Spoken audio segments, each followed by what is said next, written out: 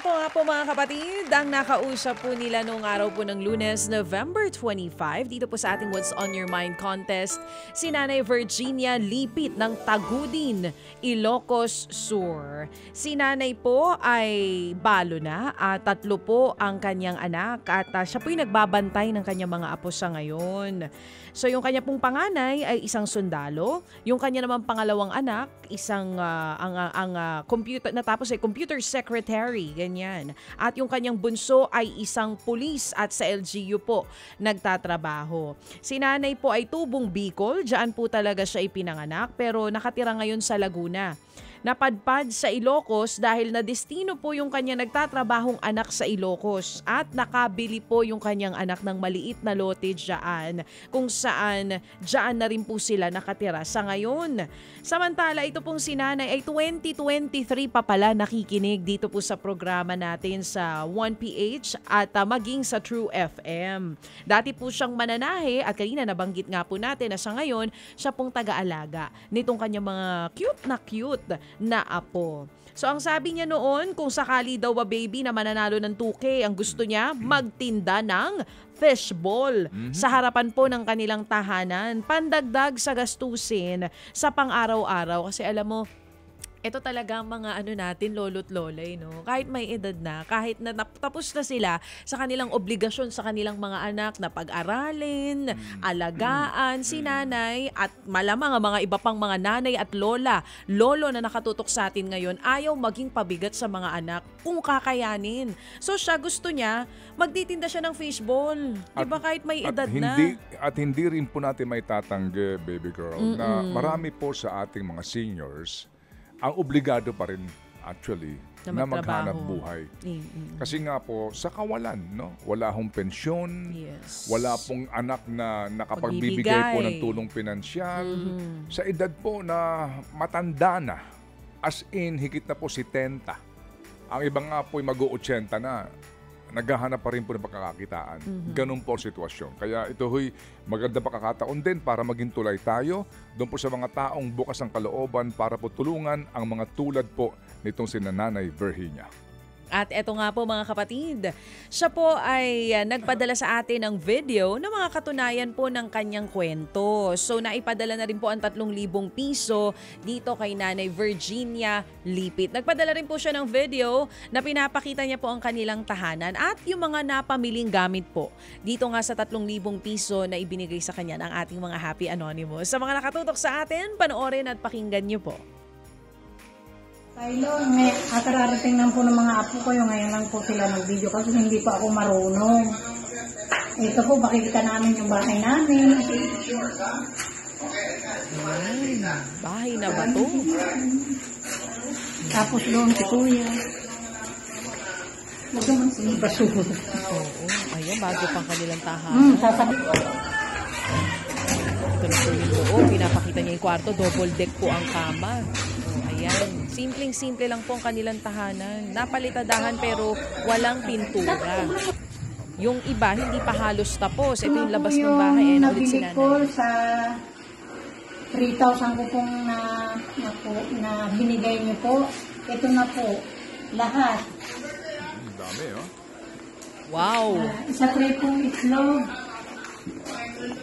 Saka po yung mantika. Ito po. Lahat po ito. Pero po may natira pa po akong 470. Salamat sa mga anonymous po, saka hindi po sa lahat. Sa Diyos, nagpapasalamat po ako, saka kay Pastor, po kay Pastor, kay Bibi Chacha, kay Ted Pylon, saka po sa mga kasamahan niya po sa trabaho at po kay Seth. Nagpapasalamat po ako. Maraming pong salamat. At sana po marami. Ayun. Iyon. Ang dami na bili. May sukli pang 470 pesos. Meron pang 400. Mga kapatid, yung pong visuals sa mga nakikinig ngayon sa radyo, ang kanila pong bahay ay gawa sa hollow blocks. Opo, yung pong sa labas ay hindi pa halos kompleto. Sa loob po naman ay may palitada pero klaro din po no, na ito po ay pinagsumikapan nitong sila Nanay Virginia at ang kanyang mga anak para po kahit papaano ay may masilungan po sila na gawa sa bato. Pero kita din po dito ang kapayakan nito at mukha pong malaki-laki pang trabaho bago matapos ang kanilang bahay. At ngayon nga po dapat nating ituring na kanila pong sariling kaharian, kanila pong tahanan. Nasa ating linya ngayon si Nanay Virginia Lipit. Nanay Virginia, maganda umaga po. Ay, good morning po, sir. At DJ Chacha. Good morning, Nanay. Ito pong inyong bahay, sino po nagpundar nito, Nanay? Yung pong anak kong pulis kasi po, ang taga namin umuupa, sabi ko, anak, pwede bang may magawang para. Kaya nag-loan po siya ng pinabili muna po ng lupa after 3 years. Mm-hmm. Saka kabuha po nagpisa siya magpagawa. Pero pag may pera po, magpapalitada. Pag wala po, ay di stop po. Ganun na lang po ang nangyari. Oo, pero Nanay, ako po naman natutuwa ng lubos din para makita po na kitang-kita po ang pinagpaguran ng inyong anak na pulis para po makapagpundar ng bahay po ninyo. Ano po? Opo. Nag-loan po siya saan? May nag-loan po sila sa Apply pa yung police. Sa Apply. Opo, sa Apply. Opo. Yes, opo. Go ahead. Kaso po, kukunti na po ang nasasahod niya kasi sa salary deduction, ganun po. Oo. Kasi nga, sigurado, buwan-buwan, bawas nga yan dahil nga sa may utang ka. Hindi ko lang po natatandaan. Ang inyo pong mister ngayon ay sumakabilang buhay na. So, ang inyo po lamang kasama sa bahay ay sino po, Nanay? Yung pong bunso ko, yung pong pulis. Oh, saan siya nakadestino, Nanay? Sa San Fernando po, sa kampo. San Fernando dyan sa La Union. La Union po. Oo. Nag-uuwian siya, lingguhan ho ba o araw-araw? Dati po na umuupa kami sa bayan, araw-araw po. Pero nalipat nga po kami sa barangay ito, napakalayo po. Ay, ang mahal po ng pangsasabi. Opo, sige. Kaya po, weekly na lang umuuwi. Opo. Nanay, naibalita niyo ho ba sa inyong anak na pulis kung na kayo po'y nakausap namin, nanalo po kayo nitong premyo? Opo, kasi nung una po, sabi nanay, baka naman scam niya, nanay. Sabi ko, hindi naman siguro kasi nakita ko si Sir Ted Pailon nagsasalita doon, hininaan ko ang TV, lumayo ako. Nakita ko naman, kausap ko naman siya. Ay, ganun ba? Sige. Oo nga, alam nyo, Nanay, dapat talaga nag-iingat tayo. Sa dami naman luloko ngayon, di ba? Opo. Anyway, sige. So, Nanay, nakita po namin, ito pong inyong pinamili. Nagsimula na ho ba kayong magluto, Nanay? Meron ba kayong naging paninda na? Mamaya pa pong hapon, kasi prepare ko pa po. Kasi kasi po yung lamesa namin na nung nabaha kami sa Tagudin, sa bayan, nasira po ngayon, inayos ko po yung isang lamesa namin na maliit, yung po ilalabas ko mga hapon. Okay. Mga 2 o'clock po ako mag-uumpisa. Kasi 3 o'clock dadaan yung mga bata. Okay. Pag ganito po, wala mang masyadong tao. So, kinakailangan masiguro mo na may mga dadaan dyan para makita ang paninda para ho naman kayo kahit papaano po magkaroon nga po ng customer ng parokyano. Sige. So, nasiraan ho kayo ng inyong lamesa kasi nga nabagyo. So, Nanay Virginia, Nanay Virginia, ano pa po ang kailangan ninyo para po mapag-unlad natin yung gusto nyo hong kabuhayan? Meron pa ho ba kayong dapat na gamit na kailangan o dapat na bilhin? Ay, hindi po ba nakakain? Ano po, sana po kahit yung maliit na lamesa lang, kahit lang po yung plastic. Okay. Maliban po sa lamesa, kailangan nyo rin po ng mga upuan ba, Nanay? Kailangan nyo ba ng gamit sa kusina? Kailangan nyo ho ba ng ano pa po ang gamit po ng kailangan po ninyo? Kailangan na kailangan nyo para po sa inyo pong gustong gawing hanap buhay? Pero meron po kasing talang kami din po sa loob. Ngayon, sabi ko, labas at pasok na pag magluluto, lalabas. Kasi po, meron naman po kami to burner, yun din nakuha ng anak ko nanalo sa Christmas party noon. Pero Mahirap, kamahal po kasi ng tangke na isa eh. Napakamahal ng tangke. So, kailangan niyo po ng panibago pong lutuan?